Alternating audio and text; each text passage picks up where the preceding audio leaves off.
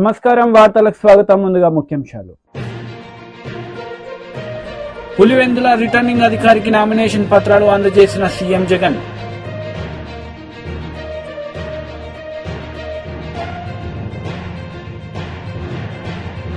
మరోసారి మోడీని ప్రధానమంత్రిగా చేయాలని కోరిన కేంద్ర మంత్రి అమిత్ షా.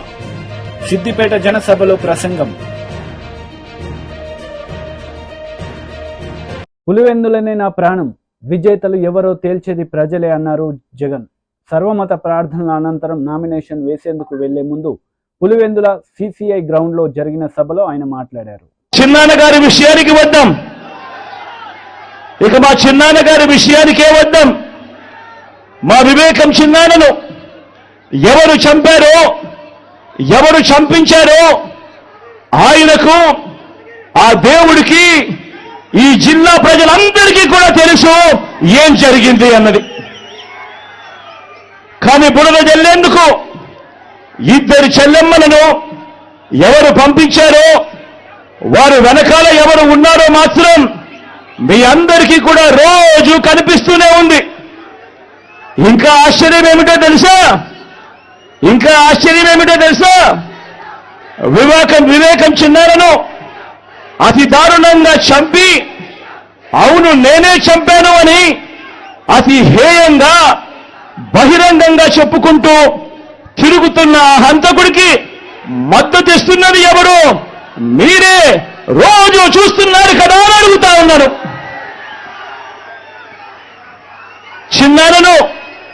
చిన్నారను అన్యాయంగా ఎమ్మెల్సీ ఎన్నికల్లో ఓడించిన వారితోనే, సంఖ్యాబలం లేకపోయినా కూడా ప్రలోభాలతో, అధికార బలంతో ఓడించిన వారితోనే ఈరోజు పట్టాలు వేసుకొని తిరుగుతా ఉన్నారు అనంటే దానికి అర్థమేమిటి అని చెప్పి ఈ సందర్భంగా అడుగుతా ఉన్నా.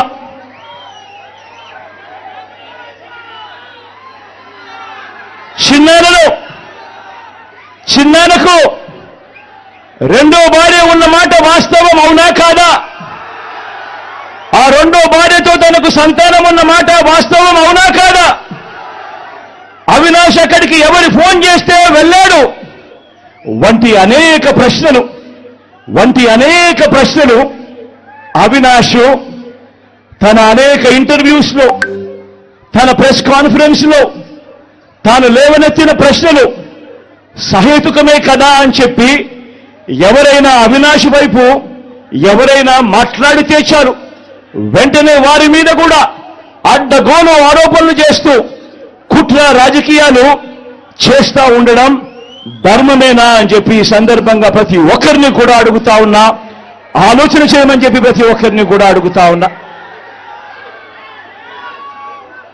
ఇలా చిన్నాన్నను ఓడించిన వారిని గెలిపించాలని వైఎస్ఆర్ కాంగ్రెస్ పార్టీ అధినేత ముఖ్యమంత్రి వైఎస్ జగన్మోహన్ రెడ్డి పులివెందుల వైఎస్ఆర్సీపీ అసెంబ్లీ అభ్యర్థిగా నామినేషన్ దాఖలు చేశారు.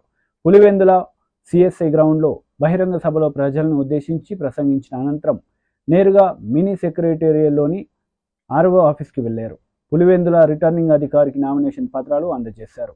ఈ కార్యక్రమంలో కడప ఎంపీ వైఎస్ అవినాష్ రెడ్డి పాల్గొన్నారు.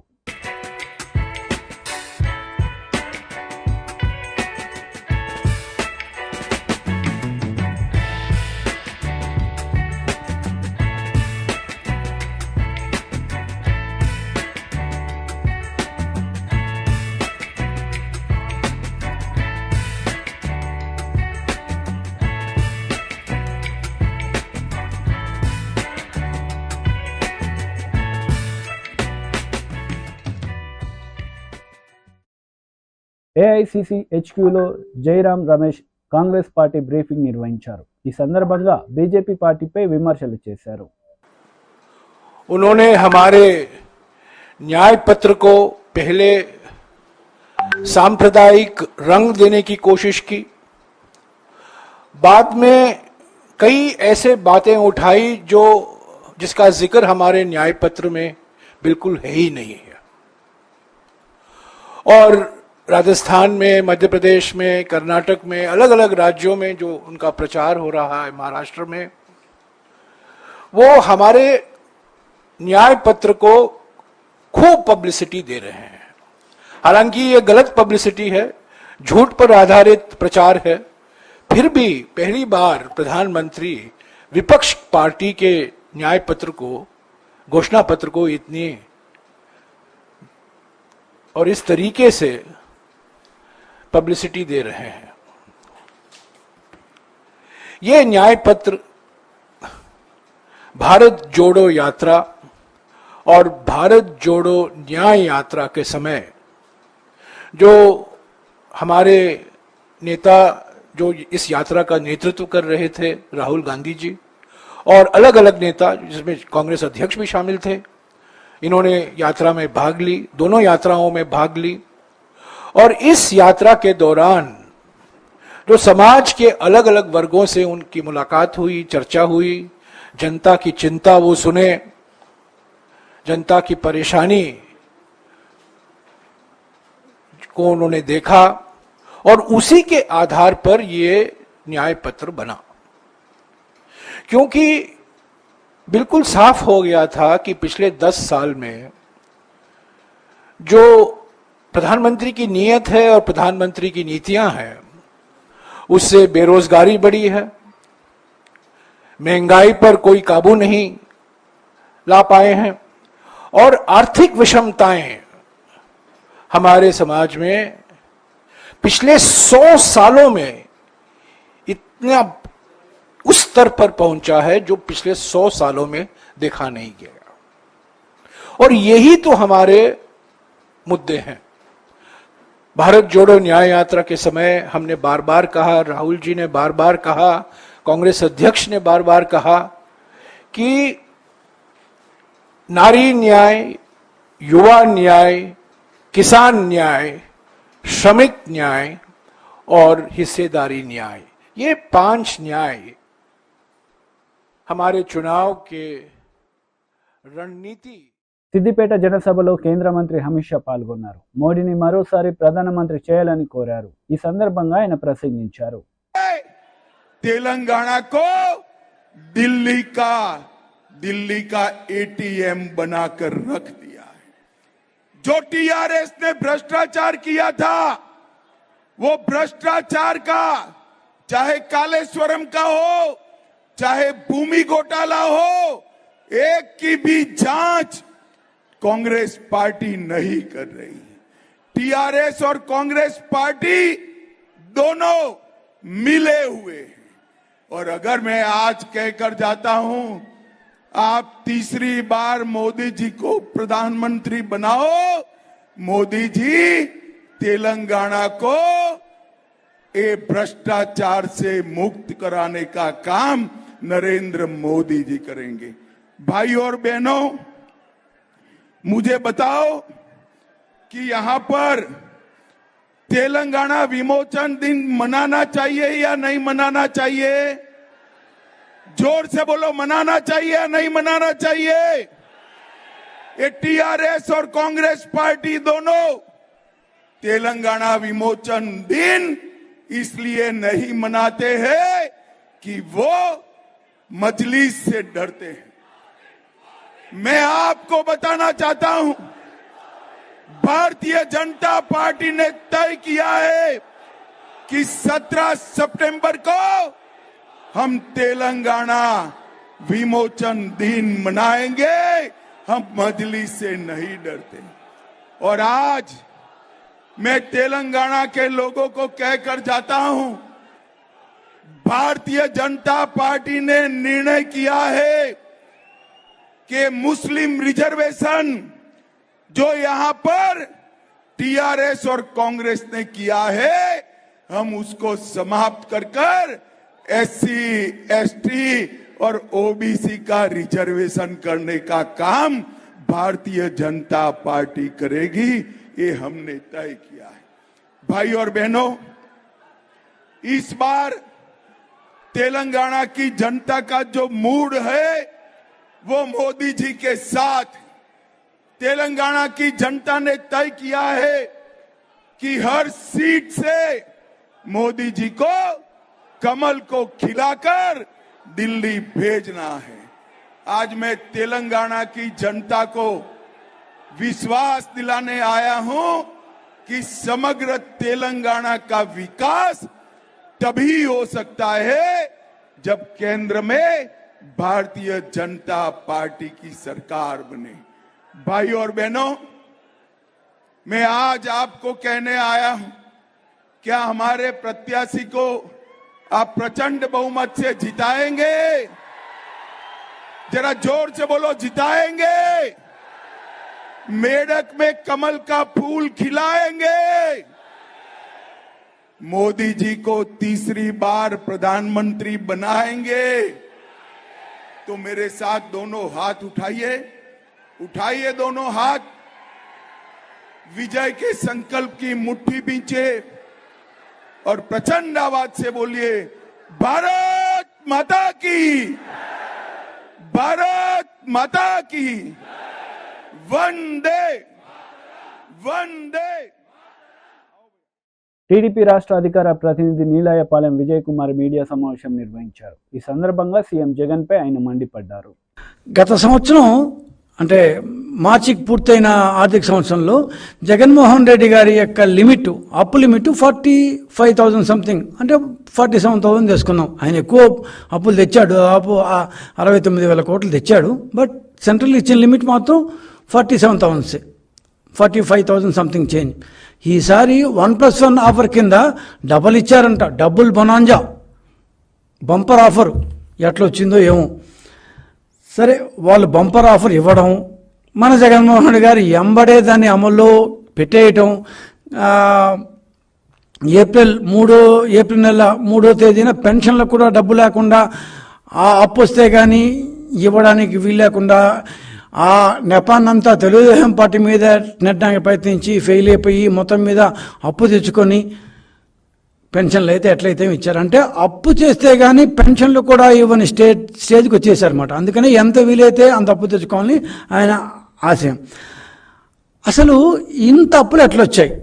1,00,000 రూపాయలు, దాదాపు 1,00,000 కోట్లు, 94,000 కోట్లు ఇప్పుడే వచ్చిందంటే ఇంకో 5,000-6,000 కోట్లు ఎక్కువ తీసుకోవడం పెద్ద కష్టమేం కాదు.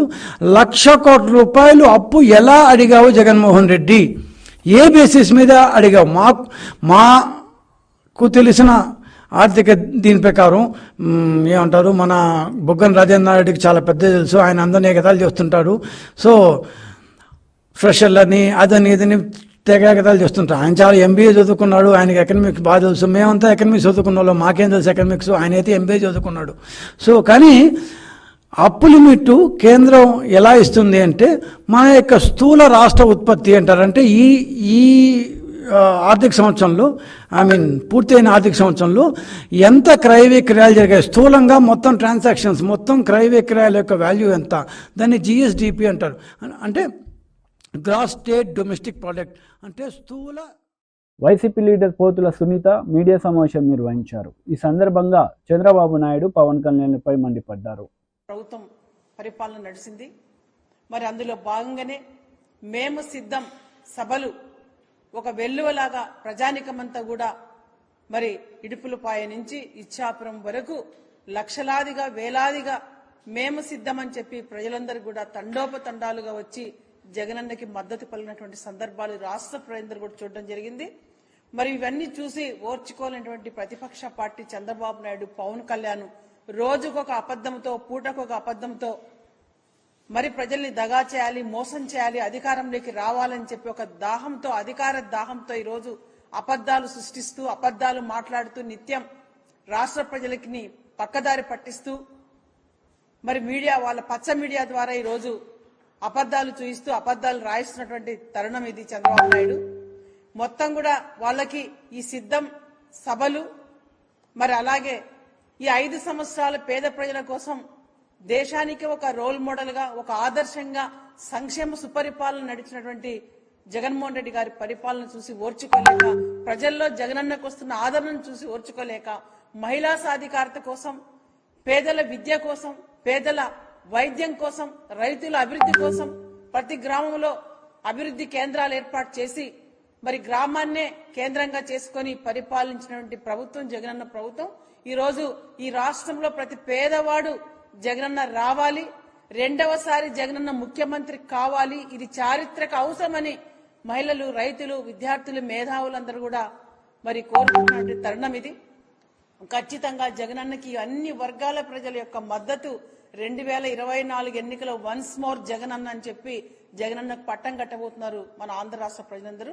ఇవి చూసి ఓర్చుకోలేనటువంటి చంద్రబాబు నాయుడు వెన్నులో వణుకు పుట్టే ఈరోజు మరి ఇలాంటి అబద్దాలు మాట్లాడుతూ జగనన్నపై హత్యా ప్రయత్నం కూడా చేయడం జరిగింది. మరి రాష్ట్రంలో అక్కడక్కడ వాళ్ళ తెలుగుదేశం పార్టీ మూకలు వైఎస్ఆర్సీపీ పార్టీ నాయకులపైన దాడులు చేస్తూ మరి హత్యలు కూడా చేస్తున్నటువంటి సందర్భం రాష్ట్రంలో ప్రజలందరూ కూడా వీటిని గుర్తించాలి, గమనించాలి. ఇలాంటి వాళ్ళ మనకి పాలకులుగా మనం చూడాలి. మరి మన జగనన్న మన కోసం ఎంతో చేసినాడు, మరి ఎన్నో అభివృద్ధి కార్యక్రమాలు చేశాడు రాష్ట్రంలో. కాబట్టి ప్రజలందరూ కూడా ఎస్సీ, ఎస్టీ, బీసీ, మైనార్టీలందరూ కూడా సామాజిక న్యాయమే ధ్యేయంగా, అభివృద్ధి ధ్యేయంగా, సంక్షేమమే ధ్యేయంగా, వాళ్ళ పిల్లల చదువులే ధ్యేయంగా, మరి వాళ్ళ పిల్లలు రేపు మంచి భవిష్యత్తు ఉండాలని చెప్పి అక్క చెల్లెమ్మల సాధికారత దిశగా జగనన్న చేసినటువంటి అభివృద్ధి, సంక్షేమము మరి ఇవన్నీ చూసి ప్రజలందరూ కూడా ఎంతో ఆనందంగా, సంతోషంగా, ఎవరిని తట్టినా కూడా ఏ గ్రామానికి వెళ్లి ఈ రోజు వైఎస్ఆర్సీపీ నాయకులు ఈ ఎన్నికల్లో భాగంగా కూడా చాలా ఆనందంగా మేము జగనన్నకే ఓటు వేస్తామని చెప్పడం జరుగుతుంది. మేమందరం కూడా ఈ రోజు ప్రచారంలో ఏ గ్రామానికి వెళ్ళినా ప్రతి ఒక్క అక్క గాని, ప్రతి ఒక్క రైతు గాని ఈ రోజు జగనన్న ప్రభుత్వమే మాకు కావాలి, జగనన్న ఉంటేనే మాకు అమ్మ ఒడి వస్తుంది, జగనన్న ఉంటేనే మాకు చేయూత వస్తుంది, జగనన్న ఉన్నందువల్లే ఈ రోజు మహిళల సొంత ఇంటి కల సాకారం అయింది అని చెప్పి ప్రతి ఒక్కరు కూడా ఆనందాన్ని వ్యక్తపరుస్తున్న సందర్భం రాష్ట్రంలో జగనన్న ప్రభుత్వంలో. కాబట్టి చారిత్రక అవసరంగా 2024లో జగనన్నకి పెద్ద మెజార్టీ ప్రజలందరూ ఇవ్వబోతున్నారు. జగనన్న టార్గెట్ ఏదైతుందో 175 మరి 175 స్థానాలు అసెంబ్లీ స్థానాలు, 25 ఎంపీ స్థానాలు ప్రజలు ఇవ్వబోతున్నారు అనేది ఈ Telugu Desam. BRS leader Ponnala Lakshmaiah press meet నిర్వహించారు. ఈ సందర్భంగా ఇరు పార్టీలపై ఆయన మండిపడ్డారు. బనీన్ ఉంటే బనీన్ ఉంటుంది, బనీన్ మీద వస్తు వాళ్ళు వేస్తారు, ఇట్లా అంతే, ఇంకేం లేదు. పళ్ళ పూలు వేసుకుంటాడు 11 గంటల దాకా, మనకేం పని లేదు కదా, వ్యవసాయం పని లేదు, ఇంట్లో పని లేదు, బయట పని చేయలేడు, కూలినాలు చేయలేడు, ఉద్యోగం చేయలేడు. వాడు ఏం చేస్తాడు, పోతుంటే వాడు పోతుండ్రు అని అంటాడు. ఏదో ఒక్కసారి ఊరుకుంటారు, 2 సార్లు ఊరుకుంటారు, 3 సార్లు ఊరుకుంటారు. ఆ పెద్ద మనిషి కాదు, ఈ మధ్య పెద్ద మనుషులు ఊరుకొని ఒక్కసారి వేస్తారు, వేస్తే వాడు కింద పడతాడు. కింద పడితే వీళ్ళు వెళ్ళిపోతారు వేసి, వీడికి ఎన్నిసార్లు చెప్పిన ఇంకెంత పిచ్చోడు ఎడ్డోడు అనుకుంటూ పోతారు. వాడు లేచి తువాల ఇట్లా కొట్టి భుజం మీద వేసుకొని, ఆహా ఇప్పుడు వాడనా, ఇప్పుడు కొట్టినవా, మళ్ళీ సర్రా చూద్దాం అంటారా? ఇది మనకు తెలుసా తెలియదా? అంటే వీళ్ళ స్థాయి ఎట్లుంటుందో ఆలోచించమని చెప్తున్నా. అనుభవం, అవగాహన రాహిత్యం, ఆ తర్వాత ఆలోచన రాహిత్యం, ప్రజల పక్షాన నిలబడే తత్వం లేని ఏమనాలి, అదే ఊలే ఆ బాపతుండు లాగా చర్చకు రమ్మంటావు. అసెంబ్లీలో హరీష్ రావు గారు అన్ని విషయాల మీద చాలా స్పష్టమైన చెప్పాడు. దానికే మీరు సమాధానం ఇచ్చారా? ఇదే కదా, ఇటువంటి వాళ్ళతో చర్చపోతారా ఎవరైనా?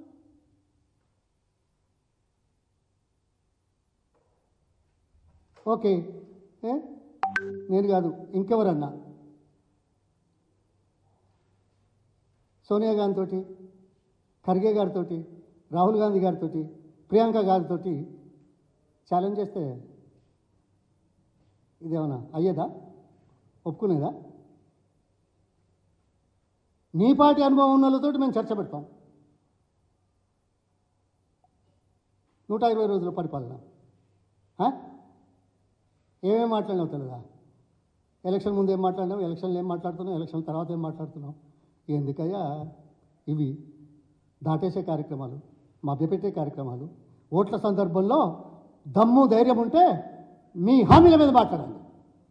మేము చేశామని ధైర్యంగా ముందుకు రండి. వస్తున్నావా? ఏదైనా మీటింగ్లో చెప్తున్నావా? ఫ్రస్ట్రేషన్లో ఉండి అక్కర్రాని కూతలు కూస్తున్నావు. నీ భాష ఏంటి?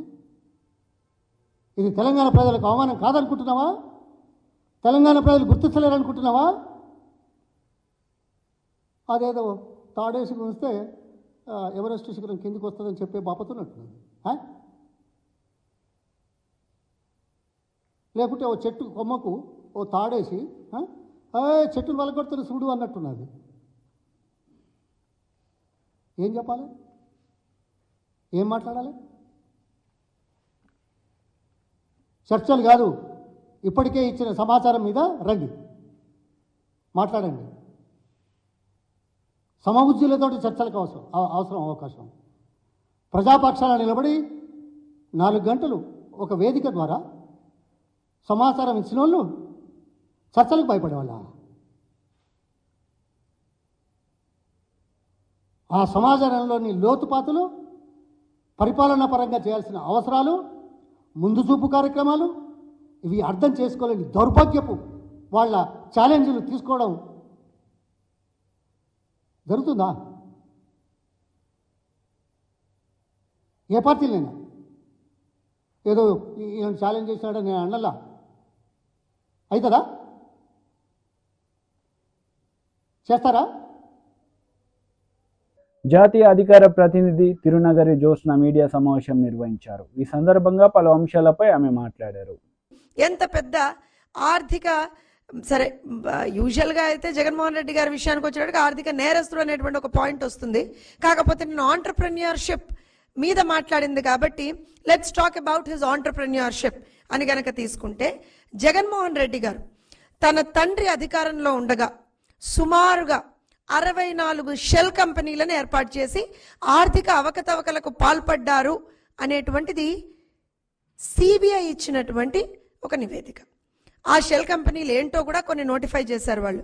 అది వాన్పిక్ కావచ్చు, ఆల్ఫా అవెన్యూస్ కావచ్చు, లేకపోతే గిల్క్రిస్ట్ ఇన్వెస్ట్మెంట్ కావచ్చు, లేకపోతే జెమ్ ఫైనాన్షియల్స్ కావచ్చు, Trident Temper Limited, Weave Promoters Private Limited, MKSS software, లేకపోతే సిఎన్ఆర్ కన్స్ట్రక్షన్స్, ఇలా తీసుకుంటే మాంట్లే రియల్టర్స్, ఇలా తీసుకుంటే ఇందాక నేను చెప్పినట్టుగా 64 షెల్ కంపెనీలను ఐడెంటిఫై చేశారు. సిబిఐ ఐడెంటిఫై చేశారు, వాటిని నోటిఫై చేశారు.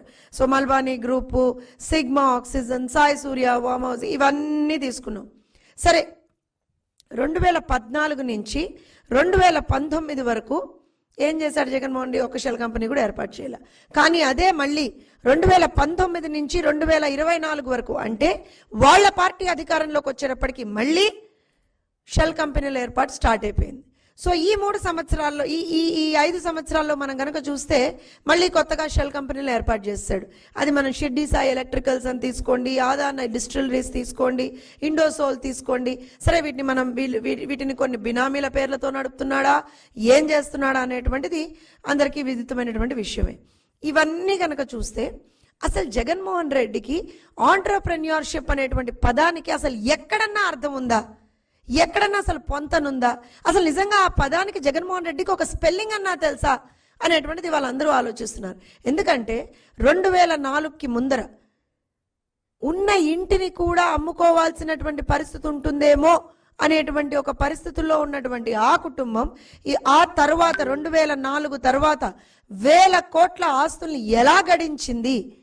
ఇది సింపుల్గా అంటే ఇంత తక్కువ వ్యవధిలో అన్ని 1000 కోట్ల ఆస్తులు ఎలా వచ్చాయి అనేటువంటిది ఈ వ్యాఖ్య మీరో నేనో ఇంకోళ్ళో చేసింది కాదు. సాక్షాత్తు దేశ అత్యున్నతమైన న్యాయస్థానం సుప్రీంకోర్టు చేసినటువంటి వ్యాఖ్య. ఏ రోజున? 2012 సెప్టెంబర్ 14వ తారీఖున చేసినటువంటి వ్యాఖ్య. అలానే గనక తీసుకుంటే ఒక వ్యక్తి కేవలం 10 ఏళ్లలో 1000 కోట్ల రూపాయల్ని ఎలా సంపాదించారు? దర్యాప్తు పూర్తయ్యేదాకా బెయిల్ సాధ్యం కాదు. ఇది అదే 2012లో అక్టోబర్ 5వ తేదీన బెయిల్ పిటిషన్ను కొట్టేస్తూ కోర్టు ఇచ్చినటువంటి వ్యాఖ్య. ఇలా గనక తీసుకుంటే నిజంగా కూడా అన్ని 1000 కోట్ల ఆస్తులు జగన్మోహన్ రెడ్డి ఎలా సంపాదించాడు? నిజంగా పాప నిన్న అమ్మాయి అడిగినట్టుగా ఆంటర్ప్రెన్యూర్షిప్ స్కిల్సా, లేకపోతే దోచుకోవడం అనేటువంటి ఒక స్కిల్ని నిజంగా కూడా నాకు తెలిసి దాంట్లో పిహెచ్డినో ఇంకేదన్నానో చేసినటువంటి జగన్మోహన్ రెడ్డి స్కిల్లా అనేటువంటిది ఆలోచించాల్సినటువంటి పరిస్థితి. దాంతో పాటుగా జగన్మోహన్ రెడ్డి గారి మీద సిబిఐ దాఖలు చేసినటువంటి ఛార్జ్ షీట్లు 2012 నుంచి అంటే ఆల్మోస్ట్ తీసుకుంటే ఒక సిద్దిపేట జనసభలో ఎంపీ అభ్యర్థి రఘునందన్ రావు పాల్గొన్నారు. ఈ సందర్భంగా బీఆర్ఎస్ కాంగ్రెస్ పార్టీలపై ఆయన మండిపడ్డారు. అధికారంలోకి వచ్చాక రైతు రుణమాఫీ చేస్తాన్న రేవంత్ రెడ్డి రుణమాఫీ చేశావా అని ప్రశ్నించారు. నవంబర్ డిసెంబర్లో రిజల్ట్ వచ్చినప్పుడు కాంగ్రెస్ పార్టీకి ఒక ఆయన పోటీ చేసిండు, పూజల హరికృష్ణ అని. 20,000 రాలే తమ్మునికి, ఓడిపోయిండు పాపం. కానీ ఇలా రోజు సిద్దిపేటలో రోడ్లకి మోరీలకి ఎవరు కొబ్బరికాయలు కొడుతురు? పూజల హరికృష్ణ కొబ్బరికాయ కొడుతుండు. 30 మంది కౌన్సిలర్లు ఉన్నారు. ఒక్కడన్న పోయి మా ఎమ్మెల్యే రాకుండా ఎట్లా కొబ్బరికాయ కొడతామని ఒక్కడన్న అడ్డం పోయిందా? పోలేదంటే హరీష్ రావు మీద సిద్దిపేట వాళ్ళకి ప్రేమ ఉన్నదా, కోపం ఉన్నదా, భయం ఉన్నదా అనేది ఒకసారి అర్థం చేసుకోవాలి. ఇలా అధికారం పోయింది, హరీష్ రావు సిద్దిపేటకు వస్తలేడు. ఎందుకంటే పోలీసు వాళ్ళు గౌరవిస్తలేరు. ఆయనకు వంతవాడే సురేందర్ రెడ్డి లేడు. ఉన్నాడా సురేందర్ రెడ్డి? ఉన్నాడా సురేందర్ రెడ్డి? హరీష్ రావు అడుగులకి మడుగులెత్తే పోలీసు వాళ్ళు ఉన్నారా? ఇప్పుడు ఉన్నారా? అందుకని హరీష్ రావు కూడా వస్తలేడు. వస్తే కూడా అప్పుడప్పుడు మెల్లగా ఇట్లొచ్చి సాటికి వెళ్ళొచ్చి సాటికి పోతా ఉన్నాడు. అంతేనా? అందుకని భారతీయ జనతా పార్టీ నాయకులకి, కార్యకర్తలకు నేను సవినయంగా ఒకటే విజ్ఞప్తి చేస్తా ఉన్నా. సిద్దిపేట భయంలోంచి బయటికి వచ్చింది. సిద్దిపేట ఇయ్యలో 40 ఏళ్లుగా 1985లో చంద్రశేఖరరావు గెలిచిన నాటి నుంచి ఇయ్యాల దాకా ఒకటే కుటుంబం సిద్దిపేటను దోసుకుంటే, ఆ సిద్దిపేట ప్రజలు చంద్రశేఖరరావు గారి కుటుంబాన్ని, హరీష్ రావు గారిని వద్దనుకున్నారు. కాబట్టి ఇవాళ సిద్దిపేట గడ్డ మీద భారతీయ జనతా పార్టీ కోసం ఇంతమంది కార్యకర్తలు వచ్చి నినదించారు అనేది ఒక్కసారి మీరందరూ కూడా గుర్తుంచుకోవాలి. చాలా మాట్లాడుతూ ఉన్నాడు హరీష్ రావు. నేను ఇవాళ రేవంత్ రెడ్డి కూడా బాగా మాట్లాడుతూ ఉన్నాడు. గంట కింద కాంగ్రెస్ పార్టీ గాంధీ భవన్ ముంగట ఓ బోర్డు పెట్టుకొని కూర్చున్నాడు రేవంత్ రెడ్డి. ఆ బోర్డులో నయవంచన అని హెడ్డింగ్ పెట్టిండు. నయవంచన అనే పదానికి పర్యాయ పదం ఎవరంటే ఈ దేశంలో కాంగ్రెస్ పార్టీ తప్ప ఇంకొక పార్టీ కాదు. దేశానికి స్వతంత్రం వచ్చినప్పటి నుంచి ఈ దేశంలో మెజారిటీ ప్రజలని వంచింది ఎవరంటే కాంగ్రెస్ పార్టీ తప్ప ఇంకొకరు కాదు. ఒక దేశానికి 2 రాజ్యాంగాలు, 2 ప్రధానమంత్రులు, 2 జెండాలు, 2 ప్రైమ్ మినిస్టర్లు ఉంటారని చెప్పి ఈ దేశ ప్రజలని వంచినటువంటి పార్టీ కాంగ్రెస్ పార్టీ. ఆ కాంగ్రెస్ పార్టీ ఆఫీస్ ముంగట నయవంచన అని ఒక బోర్డు పెట్టుకొని రేవంత్ రెడ్డి కూర్చొని ధర్నా చేస్తున్నట్టు నాటకం చేస్తుండు. నేను సిద్దిపేట గడ్డ మీదకి వెళ్ళి రేవంత్ రెడ్డి గారిని అడుగుతున్నా, ఎన్నికలు అయిపోగానే డిసెంబర్ 9వ తారీఖు నేను ముఖ్యమంత్రి అయితే వెంటనే ప్రతి రైతుకి 2 లక్షలు రైతు రుణమాఫీ చేస్తా అన్నాడు. అయిందా రుణమాఫీ? ఇగో రేవంత్ రెడ్డి దీన్ని అంటారు నయవంచన. అంటే ఓట్లేయించుకొని గడ్డకెక్కి ముఖ్యమంత్రిగా ప్రమాణం చేసి 4 నెలలు అయితే కూడా 2 లక్షల రైతు రుణమాఫీ చేయలేదు కదా. ఇగో దీన్ని అంటారు రేవంత్ రెడ్డి గారు నయవంచన అని దీన్ని చెప్తారు. ఏం చెప్పిండు? పెద్ద కొడుకు 2,000 ఇస్తుండు, ముసలవ్వకి ఇస్తే ముసలాయనకి ఇస్తలేడు. ఇంటికి 2 పింఛన్లు కావాలంటే ముసలవ్వకి ముసలాయనకి ఇద్దరికి మనిషికి 4,000 పింఛన్ కావాలంటే కాంగ్రెస్ పార్టీకి ఓటేయండి, వచ్చే డిసెంబర్ నుంచి మేము 4,000 పింఛన్ ఇస్తా అన్నాడు. అక్క ఎవరికైనా 4,000 పింఛన్ వచ్చిందా? గిడ కూర్చున్న మా వాళ్ళు చెప్పాలి, ఎవరికైనా 4,000 పింఛన్ వచ్చిందా? రాలేదా? వచ్చిందా? జర గట్టిగా చెప్పాలి, గిట్టిగా వచ్చేదాకా. 4,000 పింఛన్ వచ్చిందా? రాలేదు. ఇగో రేవంత్ రెడ్డి దీన్ని అంటారు నయవంచన. వార్తలు ముగించే ముందు ముఖ్యాంశాలు మరోసారి. పులివెందుల రిటర్నింగ్ అధికారికి నామినేషన్ పత్రాలు అందజేసిన సీఎం జగన్.